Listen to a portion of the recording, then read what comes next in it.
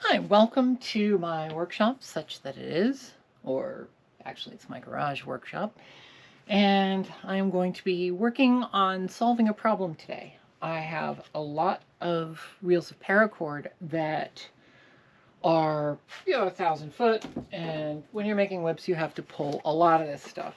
Very often I would do something like this, where I would put it on a table and stick one hand here and kind of hold a measuring tape, and it just gets to be a pain in the butt. So the solution to this is that I would like to have some kind of a system of spool rack or whatever, so that I can just sort of nicely have a few reels of paracord. I have some space constraints because it's going to go under my desk, so I've come up with a system, and essentially I'm going to use a bunch of these T connectors and some Schedule 40 half-inch PVC pipe, and I'm going to build sort of a base and then a stand and set it up so I can hopefully have a whole bunch of pieces of paracord underneath my bench. So I am going to go ahead and start the time lapse.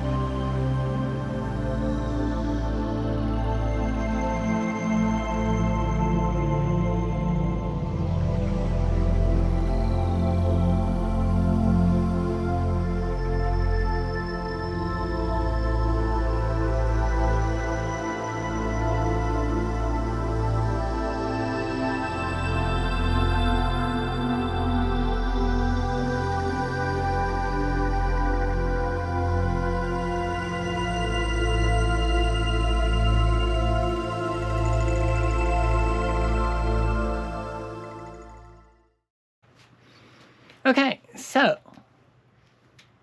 I've done a little playing around with the fitting, and I think we're pretty good. Can you see that okay? Yeah. So, sort of a preliminary rack here. We can have a couple of rolls here, and I could probably do another one. I'm going to make this a little taller. I have to fit it under 30 inches. I've extended out kind of far because I was concerned about stability in terms of like the height and whatnot. I'm not entirely sure where I'm going to go with this. I don't know if I'll bother putting another rack or a second row back here. The nice thing is, because I can kind of pull it apart as long as I don't glue it, I can kind of fiddle around and find a setting that's going to work for me. But I really do think this is going to work. I put one on going forward, one on going backwards, so if I'm pulling this way and they bump, it kind of rolls up the other one. God, this plastic is everywhere. I'm gonna have to vacuum the hell out of this. So yeah, I think this is gonna work, and I'll do a little more cleaning up, and then I'll put together sort of a final view of what it looks like in place.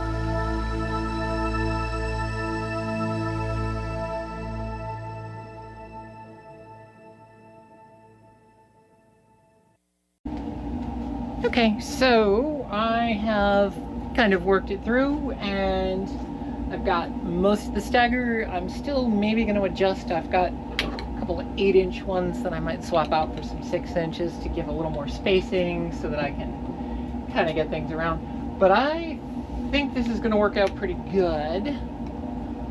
And I was a little worried about the stability, but there's a lot of weight on there and that one's fine. I think we're good. So I think this is my final plan here. And after all that, I have like one of these left. Yay.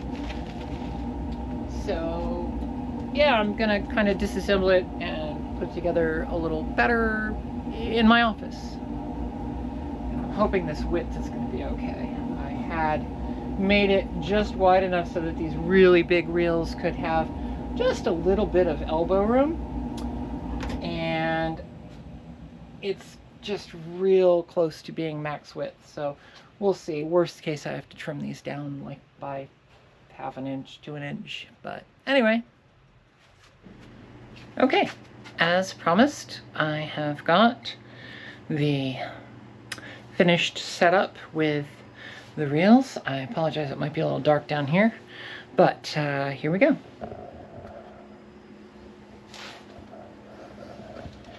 As you can see, I've got 2 rows of paracord.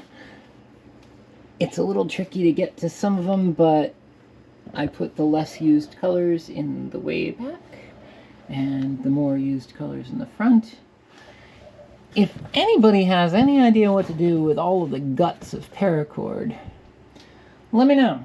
And a box of random scraps.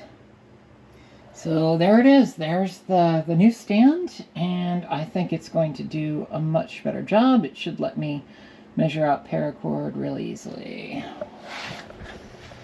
So here I am in my proper whip workshop, and I've now spent a whole bunch of time setting up my paracord instead of braiding whips. So, oh well.